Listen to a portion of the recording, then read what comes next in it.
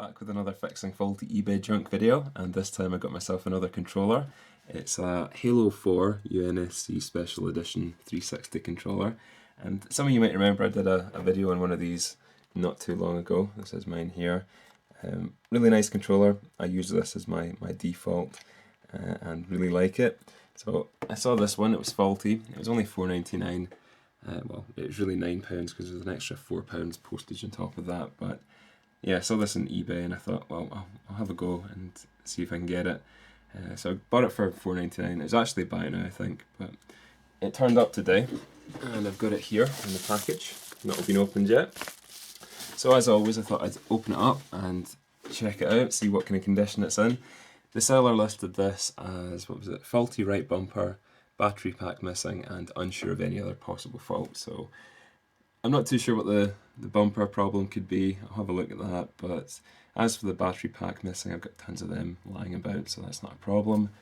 And any other possible faults, well, I can't really tell from looking at the picture here. It looks a bit grubby. Let's get this opened up and see what horrors are waiting inside for us. So I'll just pull the tab here. There you go. Oh, it does have a battery pack on it. And first impressions, it looks okay. Let's put that to the side. They've put, I can see some damage just down here. Looks a bit cracked, but they've put a generic white battery pack on it, that's good enough. There's a mark there. It looks like it's maybe been opened before, because I can see some, you can see the paint has come off the screws there.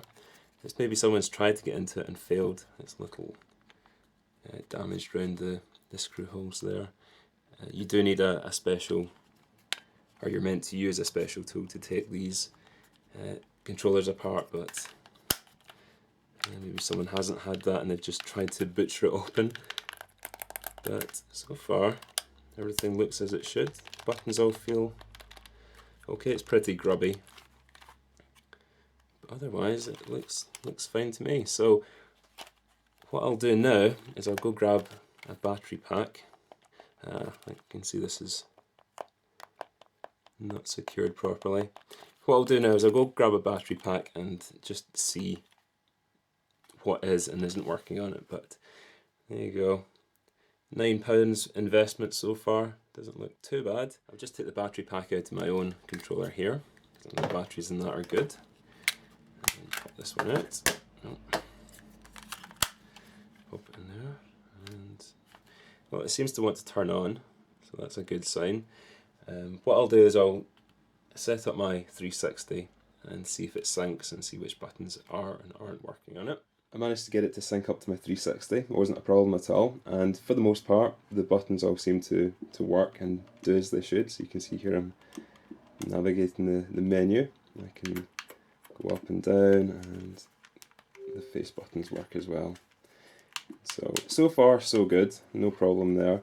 The only thing is this shoulder button, and something I did notice, and you probably won't be able to see it from this angle, is the little micro switch that this bumper pushes against looks like it's been bent back and snapped off, or damaged at least. So the next thing I'm going to do here is take this apart and we'll have a closer look at that, but hopefully that's the only thing that needs repaired on this. If I just put a new micro switch on there and find a replacement battery cover from the parts bin, and we should be good to go. But what I'll do now is I'll take this apart and we'll take a closer look at that. That's the controller now completely disassembled, and if we take a quick look at the main board here, as I suspected, the problem was with the little micro switch that connects up to the bumper. And if you just look at it from the side here, you can see it's been bent back, but it's also missing some of its internal components here. So there should be a little disc and a little white piece of plastic that engages that switch. If you look at the left one here, this is how it's meant to look, as you can see there. And here's a little tiny one for the sink. You can see that there. So this one here has been damaged. It looks like maybe what someone has done is rage quit and thrown it against the wall, or maybe they've just squeezed the controller so hard that it's pushed the bumper. You can see that there. That's the right bumper, if it will focus. It's got a little stump on it here which engages that micro switch. So what they've maybe done is just squeezed it so hard that it's pushed it back and damaged it. But what I'm going to have to do is desolder this piece here, look through the parts bin and see if I can find a compatible or a similar micro switch to put in there. Shouldn't be too difficult to do, and otherwise the controller looks to be in really nice condition. The only thing I've noticed is some damage from where the person has tried to get into this previously, and they've kind of roughed up the areas around the screws. There's also a bit of a crack in the battery compartment here, so I might just put some glue in that and sure it up, but otherwise it looks fine. Hopefully it'll be a straightforward replacement of this one component, and then that will be the controller back to as good as new. Didn't take me too long, but I managed to find this in my parts bin. It's a little replacement micro switch. You can hear it clicking there. So what I'm going to do is just desolder this one here and pop that one in its place. There's the old one out there, and that's the space that's left. I just need to put the new one in.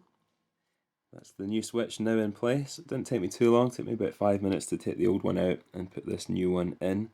And all I've got left to do now is clean up all the buttons and the shell, give that a good scrub, and then I'll put everything back together again and we can test it out and see if it works. But hopefully that's it. It should be back to working as it should.